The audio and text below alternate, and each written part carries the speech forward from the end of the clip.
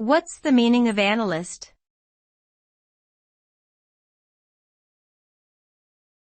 Analyst.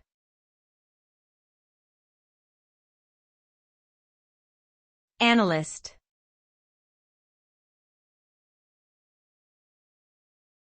Analyst.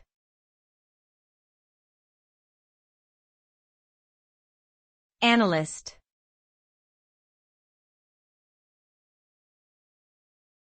Analyst.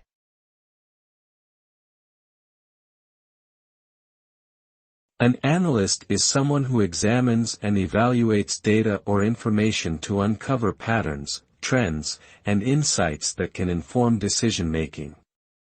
They may work in a variety of industries and use tools such as statistics, data visualizations, and computer modeling to extract meaning from large sets of information.